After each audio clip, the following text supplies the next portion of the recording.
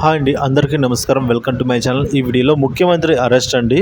పూర్తి వివరాలు అయితే వీడియోలో తెలుసుకుందాం. వీడియోని ఎక్కడ కానీ స్కిప్ చేయకుండా చివరి దాకా చూడండి. అప్పుడే పూర్తి ఇన్ఫర్మేషన్ అర్థమవుతుంది. అలాగే విషయానికి వచ్చినట్లయితే ఢిల్లీ మద్యం కుంభకోణం కేసులో సీఎం కేజ్రీవాల్కు మరొక ఎదురు దెబ్బ తగిలింది.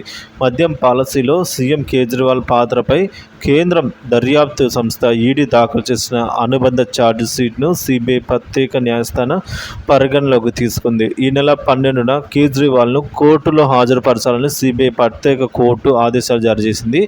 ఇది ఇలా ఉండగా ఈ అనుబంధ ఛార్జ్ షీట్లో ఈడీ ప్రధాన అంశాలను అయితే వెల్లడించింది. ఢిల్లీ మద్యం కుంభకోణం కేసులో సీఎం కేజ్రీవాల్ కింగ్ పిన్ అని ఈడీ ఆరోపించింది. లిక్కర్ పాలసీలో సౌత్ గ్రూప్తో కలిసి అక్రమాలకు పాల్పడ్డారని సంచలన ఆరోపణలు అయితే చేసింది.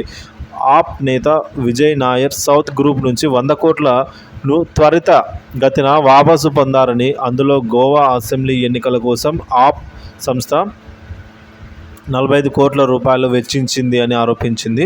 అలాగే వినోద్ చౌహాన్ అనే వ్యక్తి నుంచి హవాలా ద్వారా ఆమ్ ఆద్మీ పార్టీకి ప్రత్యేకంగా 45 కోట్ల లబ్ధి చేకూరిందని ఈడీ పేర్కొందండి. కాగా ఈడీ దాఖలు చేసిన తాజా అనుబంధ ఛార్జ్ షీట్లో కేజ్రీవాల్ను A37గా పేర్కొన్న ఈడీ ఆద్మీ పార్టీని 38వ నిందితులుగా అయితే చేర్చింది. ఇదే కేసులో అరెస్ట్ అయిన బీఆర్ఎస్ ఎమ్మెల్సీ కవిత, మాజీ ఎమ్మెల్సీ కవితను కేజ్రీవాల్ సప్లిమెంటరీ ఛార్జ్ షీట్లో ఈడీ మరోసారి అయితే ప్రస్తావించింది ఫ్రెండ్స్.